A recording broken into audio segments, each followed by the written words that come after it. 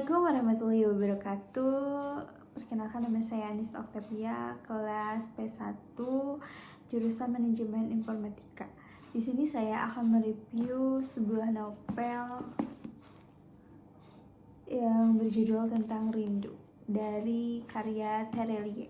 Jadi novel Rindu ini tuh mengambil latar sejarah pada tahun 1938. Ketika perjalanan ibadah haji masih menggunakan kapal laut. Bayangin guys, kayak gimana capeknya, gimana lamanya gitu. Bisa terbayangkan kan, bener-bener lama gitu menggunakan kapal laut. Terus perjalanannya itu dari Makassar menuju Jeddah. Perjalanan ini tuh bener-bener ngemakan waktu berbulan-bulan. Bayangin guys, berbulan-bulan. Dan selama perjalanan panjang inilah cerita berkembang. Di atas kapal uap bernama Blitar Holland, kayak bagus banget itu namanya, berkumpul para tokoh yang masing-masing membawa luka, membawa kerinduan, membawa beban masa lalu. Pokoknya dijadiin satu gitu kan dalam perkumpulan itu tuh gitu, yang benar-benar belum terselesaikan. Mereka bukan hanya menjalani perjalanan fisik ke tanah suci, tapi juga ada perjalanan spiritual untuk berdamai dengan masa lalu dan menemukan makna hidup. Kayak benar-benar dalam gitu lah, ya kan? Dan mereka juga menyimpan kerinduan yang tidak terucap. Kayak kerinduan kepada seseorang, kerinduan kepada masa lalu, kepada keadilan, kepada diri sendiri, kepada Tuhan juga.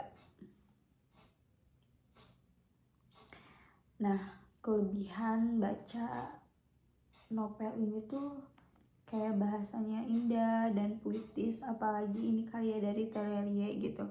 Kayak Terelie itu kebanyakan kayak puitis gitu. Terus penuh kutipan refleksi yang menyentuh hati. Bener-bener menyentuh tau guys. Kayak tokoh-tokohnya tuh kuat, realistis. Terus kayak menyentuh sisi kemanusiaan juga. Terus latar histori yang menarik tentunya dan jarang diangkat gitu.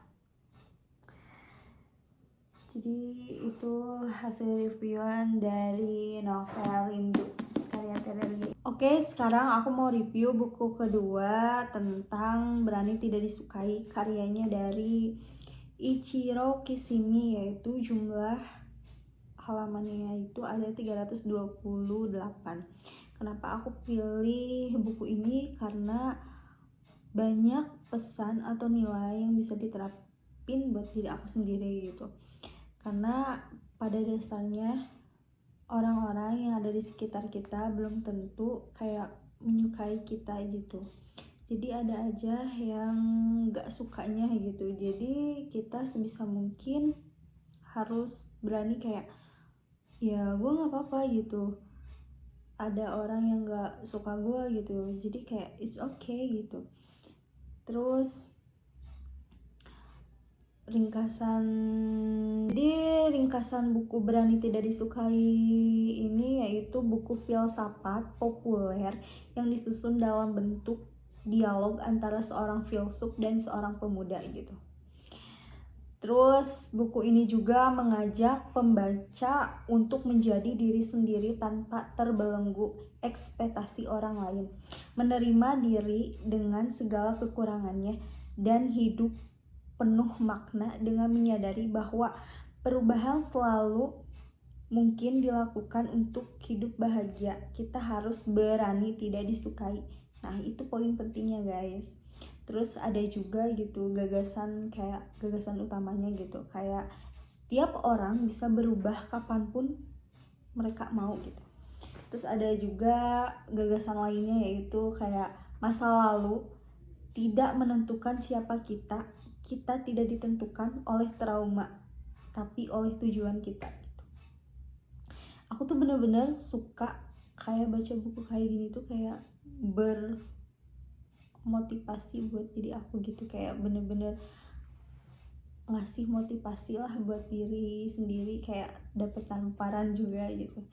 Terus aku punya kutipan penting juga gitu buat kalian gitu, yaitu kebahagiaan adalah perasaan kontribusi kepada orang lain. Kita menderita bukan karena pengalaman masa lalu, tetapi karena makna yang kita berikan kepadanya.